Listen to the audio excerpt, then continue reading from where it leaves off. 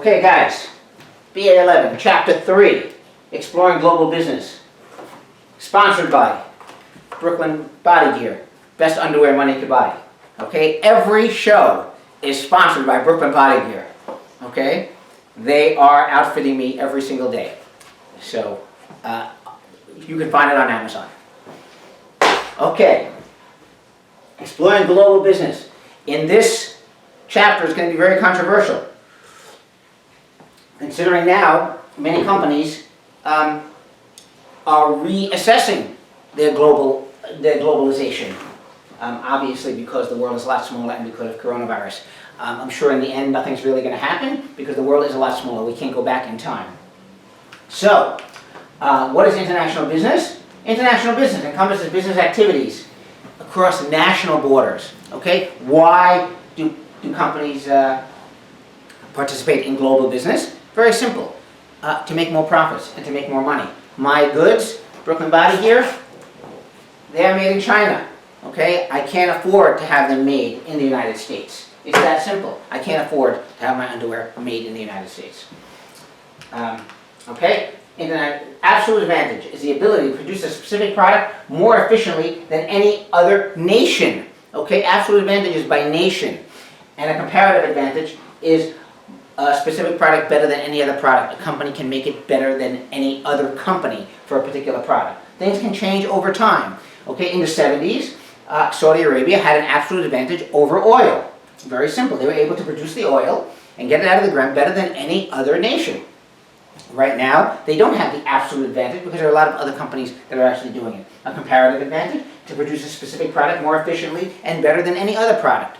60s and 70s, Germany made the best cars. They might still make the best cars, but in the 80s, we know the Japanese had a nice comparative advantage on car making. In the 50s, American cars were had a comparative advantage, making a product better than any other product. Ford, GM were able to make products better than their Japanese counterparts.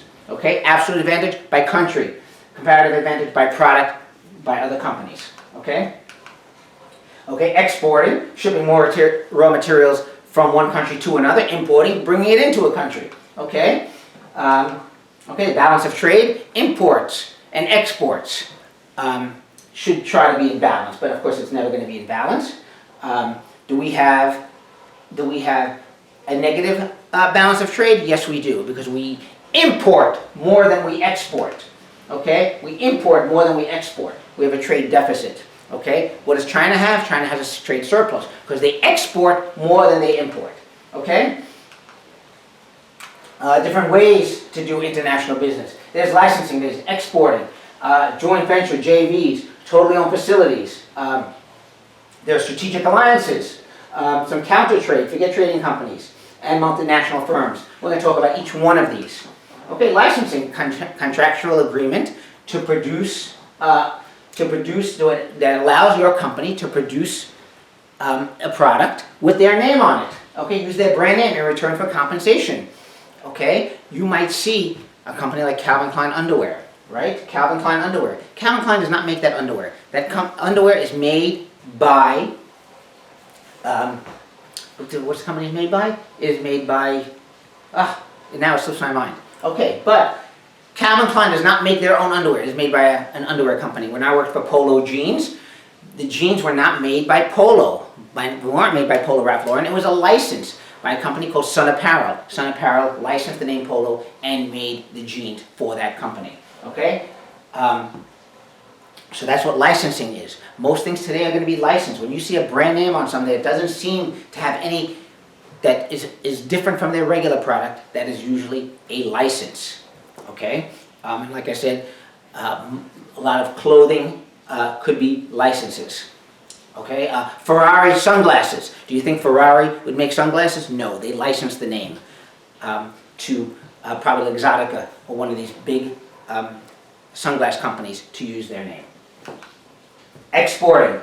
Okay, exporting is just pretty much selling your product to someone else. There's very little risk in exporting because it sells. If it doesn't sell, it doesn't sell. But you have very little control over exporting. Okay, just you Forget all these aspects of exporting and just understand what exporting is, which is selling a product in another country, but you have very little control over it.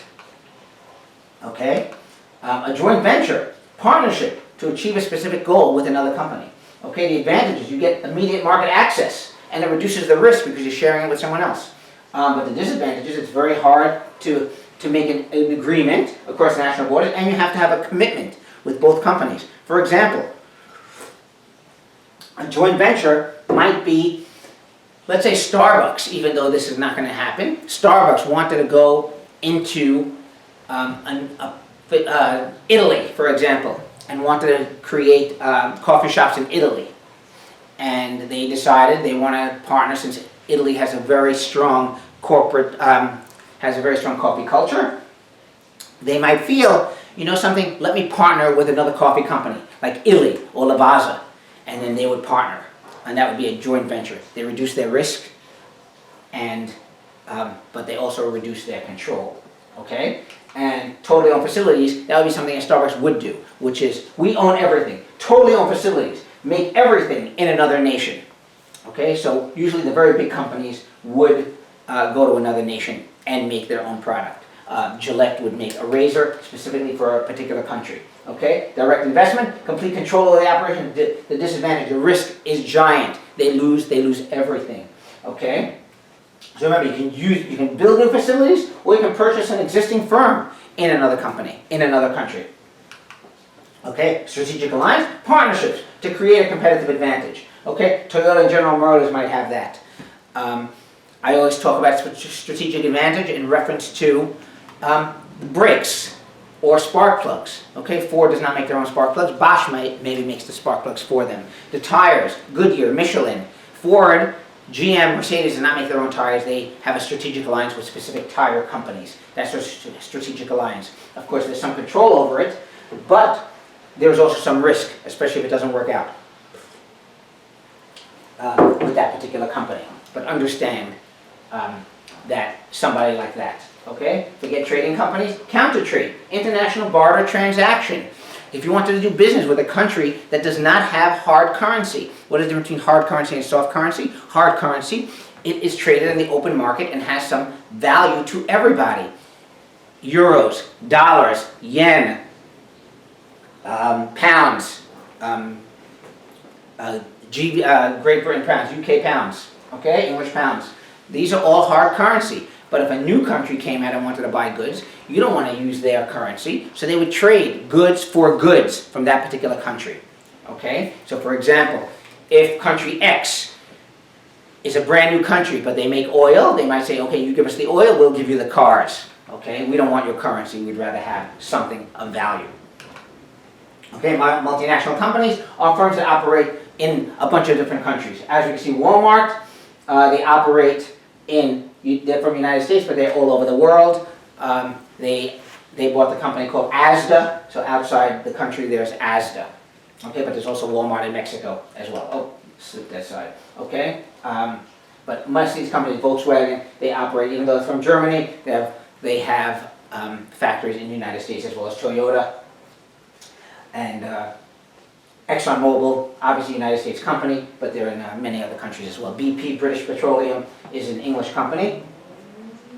So, but they have obviously refineries in the United States. Okay? Steps in entering the international market. You have to identify what you want to export, figure out what the products are, analyze how to sell it, set the prices, estimate the resources. We're going to talk more about this in marketing. For global marketing, because that's exactly what you're going to be doing here. Determine the shipping traffic, okay, to promote and sell. This is all part of marketing. But to figure out if you're going to go to an international market, you're going to have to do a lot of research. There's obviously cultural differences as well. If I wanted to sell Brooklyn body gear, I would have to figure out the market itself, because it's a lot different than the United States in other markets. Just so you know, just even dealing with the Chinese factory, there's cultural differences and many other differences that I have to deal with just dealing on that international arena. Okay, restrictions. There are restrictions to international business. Tariffs. Okay, tariffs are a tax. A tax is mainly to protect the domestic industry. There are two kinds of taxes. There is a revenue tariff, which is just to bring in money, and there's a protective tariff to protect your own industry. For example, France might have a tariff on their wine because they want to protect the French wine industry. Okay, so they will have a tariff on that, so that California, which imports the wine, which exports the wine to France, wouldn't be able to compete completely with the French market because they would put a tariff on the American wines.